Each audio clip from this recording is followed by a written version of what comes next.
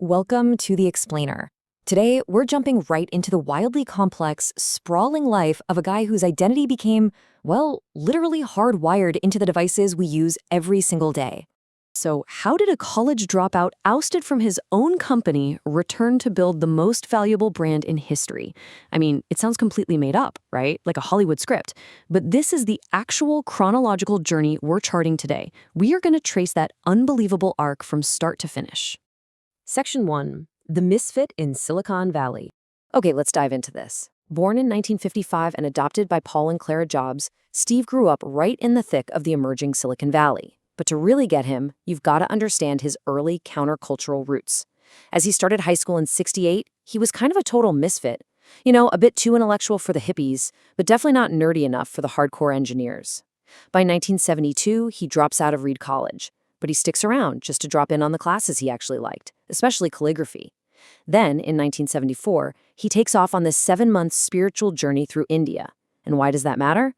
Well, that trip forged his profound reliance on intuition over pure intellect. And that calligraphy class, that's what eventually gave the Mac its famously beautiful typography. His entire design philosophy was basically born right here during these misfit years.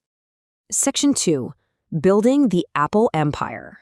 So where do those artistic countercultural ideas meet cold hard circuitry? Well, that's where Apple begins. And getting it off the ground in 1976 required some incredibly scrappy pragmatic steps. Step 1. Jobs and his brilliant engineering friend Steve Wozniak literally hacked the phone system. They made about $6,000 selling these illegal digital blue boxes that let you make free long-distance calls. Jobs actually said later that without those blue boxes, Apple wouldn't exist, because it proved two kids could take on a massive corporation and win. Step 2. They hand-build the Apple I right in the Jobs family garage. And step 3. Just pure hustle. They secure a 50-unit, cash-on-delivery order for a local store called the Bite Shop. Jobs then took that exact purchase order, walked into a parts distributor, and convinced them to hand over the components on credit. I mean, that is bootstrap entrepreneurship at its finest. Now, what's really interesting about this is the sheer momentum. $250 million. That was Steve's personal net worth by the time he was just 25 years old. When Apple launched its IPO in December 1980, it generated more capital than any IPO since Ford way back in 1956. The trajectory of this company was just absolutely mind-blowing. Section 3. The Fall and Wilderness. Of course, with that kind of rabid success comes massive corporate friction. By 1985, a literal clash of titans was brewing. Jobs had recruited John Sculley from Pepsi to be CEO. But as Mac sales started to dip, their ideologies completely collided. Jobs was fiercely focused on the closed architecture Macintosh, pitching it as a sleek business alternative. Sculley, on the flip side, favored the open architecture Apple II, mostly because it was the machine actually paying the bills for the education and home markets. This tension erupted into a massive boardroom showdown. The board sided with Sculley, stripped Jobs of his power, and a devastated Jobs resigned from the very company he created. He was basically sent into exile. But, as you know, that wasn't the end of the story. These wilderness years actually built the bridge to his eventual triumph, mostly through 2 new ventures, NeXT and Pixar. With NeXT, he built high-end computers that honestly struggled to sell because of their massive price tags.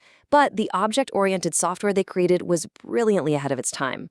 And then there's Pixar. Taking a totally uncharacteristic, hands-off approach, he let the creatives run wild. That led to the smash hit Toy Story and officially turned him into a billionaire.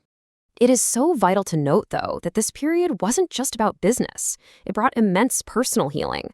Early on in his career, he had painfully denied paternity of his daughter Lisa, but during his time away, he actually apologized, reconciled with her, and formed a co-parenting relationship with her mom, Chris Ann Brennan. He also tracked down and became close friends with his biological sister, Mona Simpson. And in 1991, he married Laureen Powell in a Zen Buddhist ceremony. The brash, arrogant founder was, finally growing up. Section 4. The Triumphant Return to Apple.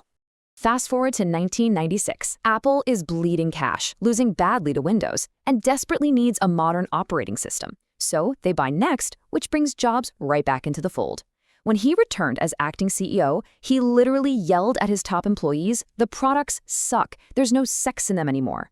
While he was gone, Apple's lineup had devolved into this confusing, fragmented mess of boring beige boxes. He came in like a total wrecking ball to ruthlessly evaluate and clean house. And this brilliantly illustrates exactly how he saved them from bankruptcy. He took direct, brutal action. He slashed all the non-producing R&D projects, he swallowed his pride and partnered with bitter rival Microsoft for a $150 million investment. He launched the streamlined, translucent iMac that just screamed high design, and to perfectly control the customer experience, he opened dedicated Apple retail stores, complete with the now famous Genius bars. Section 5. Revolutionizing the digital age. With the company saved, Jobs shifted gears from rescuing a computer business to completely revolutionizing consumer tech. And to sell these ideas, he leaned heavily on his reality distortion field. This was his captivating, almost hypnotic skill at persuasion. During his keynotes, he didn't just rattle off tech specs, he shared a complete vision. He made you feel like these new gadgets were absolute, undeniable must-haves for your life. Just look at the scale of this. 304 million. That is the staggering number of iPods sold. Before the iPod hit the scene in 2001, MP3 players were clunky, they held almost nothing, and they took forever to load. Jobs demanded a device that was lightning fast and could put 1,000 songs right in your pocket. Combined with iTunes, he single-handedly dragged the entire music industry into the digital age. Then came 2007, and his absolute rebuke of the smartphone market. At the time, everyone was obsessed with tiny plastic keyboards and styluses. Jobs hated buttons, so the iPhone eliminated physical keyboards entirely, introducing this massive multi-touch interface. He pitched it as 3 things: a widescreen iPod, an internet browser, and a phone, all rolled into one. It fundamentally changed how human beings interact with technology.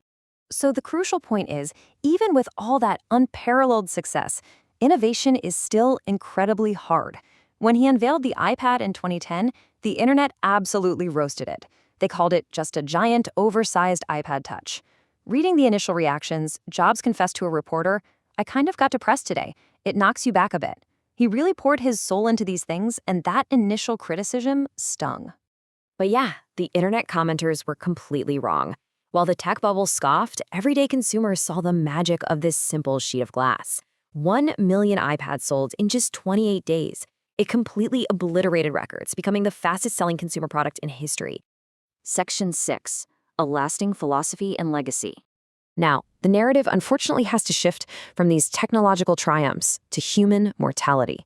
Back in October 2003, Jobs was diagnosed with a rare form of pancreatic cancer. Relying on those old countercultural instincts, he initially resisted surgery for alternative medicine, something he later deeply regretted. By early 2009, he underwent a liver transplant and actually returned to work to launch the iPad. But his body kept failing him. In August 2011, he resigned as CEO, and just weeks later, in October, he passed away at home. According to his sister Mona Simpson, who was right there by his side, he looked at his sister Patty, then for a long time at his children, then at his partner Lorene, and then over their shoulders, looking past them. His final words were simply, "Oh wow, oh wow, oh wow." It's just a profound, beautifully mysterious end to such an intense, extraordinary journey. We're going to wrap up this explainer with a thought from his 2005 Stanford commencement. Stay hungry, stay foolish. You see, Steve Jobs' greatest product wasn't the Mac or the iPhone, it was Apple itself. Shortly before his death, he told Tim Cook, "Never ask what I would do, just do what's right." That ethos, blending tech with liberal arts, stripping away the complex for the beautifully simple, it continues to shape our reality.